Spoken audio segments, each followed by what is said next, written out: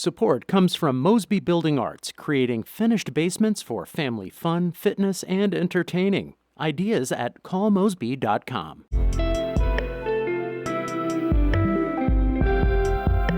From the St. Louis Public Radio Newsroom, this is The Gateway. It's Wednesday, October 29th. I'm Abby Larico. Herman Thomas Junior is the new foster care director at Lutheran Family and Children's Services, and he says there's a greater need for foster homes in Missouri than people know. The struggle is real. I heard so many horror stories about kids having to sleep in offices, and when I came here, I saw that firsthand. His conversation with STLPR's Lacretia Wimbley about issues that foster families are facing. That's coming up after this news on The Gateway. A St. Peters man has admitted that he was drunk and had drugs in his system when he lost control of his vehicle and killed a St. Louis police officer last year. 25-year-old Ramon Chavez Rodriguez pleaded guilty yesterday to felony driving while intoxicated and driving without a valid license. Prosecutors want a 15-year sentence. SLMPD officer David Lee was responding to another crash on Interstate 70 when he was hit.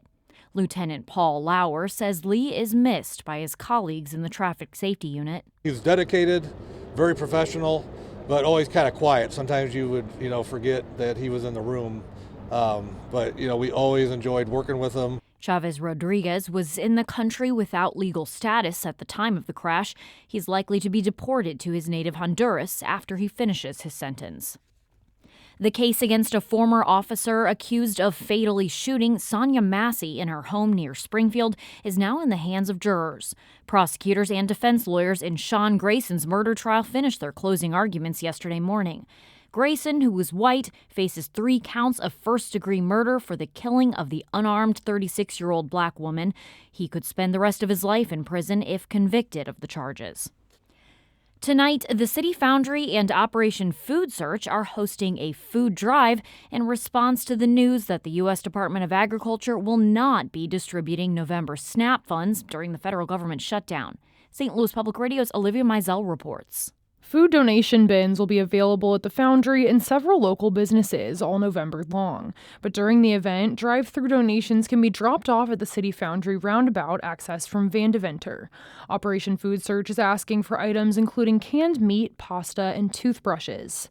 The group's chief operating officer, Carlton Adams, says the need for food is already greater during the holiday season, and SNAP cuts will increase that need even more. We'd already geared up for the season, so now we have to gear up on top of that to try to find more sources of food and nutritious food to distribute to the community. The USDA's decision to stop SNAP benefits during the shutdown has garnered lawsuits from several states, including Illinois.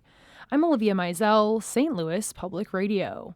The event is tonight from 5:30 to 8:30 p.m. during the Foundry's live art market. And about those lawsuits, the state of Illinois and 24 others are suing the U.S. Department of Agriculture over those plans to stop funding food benefits on November 1st. Capital News Illinois reports the lawsuit claims the department has contingency funding that allows it to continue paying for SNAP. Nearly 2 million people in Illinois receive SNAP benefits each month. Illinois Democrats say they will not vote on a new congressional map this week. Alex Degman reports. U.S. House Minority Leader Hakeem Jeffries hopes Illinois will redraw its 17-district map to favor Democrats more. He got a lukewarm reception. A spokesperson for Illinois House Speaker Emanuel Chris Welch says they won't consider a new map this week, but all options are on the table in the future. But the deadline for candidates to file to run is next Monday. State Representative Cam Buckner says someone needs to explain how they can vote for a new map given that constraint. I think that's part of what the leader and delegation in DCCC has to do in order to sell this to folks. And once again, we're here to listen. Some GOP states have already redrawn their maps ahead of next year's midterms at President Trump's request. I'm Alex Degman. And of course, that includes Missouri, but lawmakers are learning that redrawn map isn't as easy to bring across the finish line as they had expected. You can find more of our coverage on that at stlpr.org. St. Charles County Executive Steve Ellman is foregoing his retirement plans to run for another term. St. Louis Public Radio's Jason Rosenbaum has more on how Ellman's decision is shaking up the GOP primary for the powerful post. Ellman was first elected as county executive in 2006 and had said he wasn't running for another term. But he says a new political environment on a state and federal level prompted him to run again. He also says he has a desire to play a role in the St. Louis region's growth. Because if we don't, sooner or later, everybody who wants to move to St. Charles County will do it, and we'll be no growth like everybody else. After Ellman announced his re-election bid, St. Charles County Councilman Mike Elam announced he was dropping out of the GOP primary for county executive. Ellman will face former state senator Bill Eigel and former Lake St. Louis Mayor Jason Law, who both criticized Ellman for running for another 4-year term. I'm Jason Rosenbaum, St. Louis Public Radio. St. Louis officials say the city will tighten its grant budget for community development programs in 2026, with looming uncertainty over the federal budget. The city's Community Development Administration proposed a $17.4 million budget to the Housing, Urban Development, and Zoning Committee. That's a 5% cut from last year. The proposed federal budget cuts $200 million from the Federal Community Development Block Grant Fund that feeds that budget. Those grants fund food assistance, housing aid, and more. Noel Pfeffer leads the city's Community Development Administration. Of course, we're in the midst of a shutdown, and so we don't know where the House and Senate and White House will ultimately find a reconciliation. Members of the city's Housing, Urban Development, and Zoning Committee approved the plan. A public hearing will be held November 6th.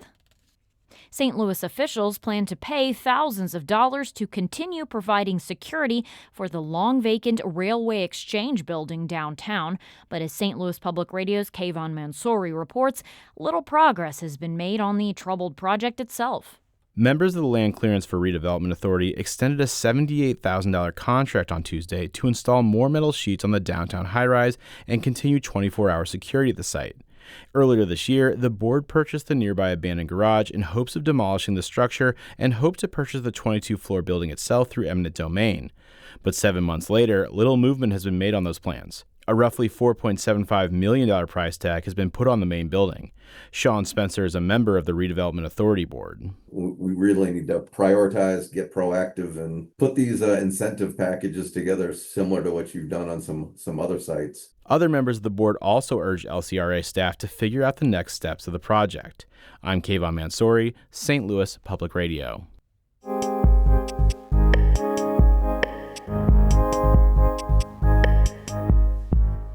Lutheran Family and Children's Services of Missouri has a new foster care director. Herman Thomas Junior has more than 20 years of experience serving vulnerable youth and families, and most recently spent a decade at the Family Juvenile Court of St. Louis. Thomas sat down with St. Louis Public Radio's Lacretia Wimbley to discuss how the May 16th tornado impacted foster families and why kids are staying in the system longer than they should. It was tragic because a lot of resources got shifted, rightfully so, to the victims of the tornado. So you had now where a parent, for an example, have to have appropriate housing as part of their court order services. Well, now because they've been impacted by the tornado, they no longer have appropriate housing. Did any kids have to be taken from their homes? I don't recall us actually taking any child that was impacted by those tornadoes. It was a situation of, can you call your uncle? Can you call your cousin? Can you call your best friend so we can keep that family intact? Gotcha. The Missouri Department of Social Services reports that in most state counties, kids are staying in foster care longer than the federal standard, which is about a year. Why are kids staying in the system longer than they should?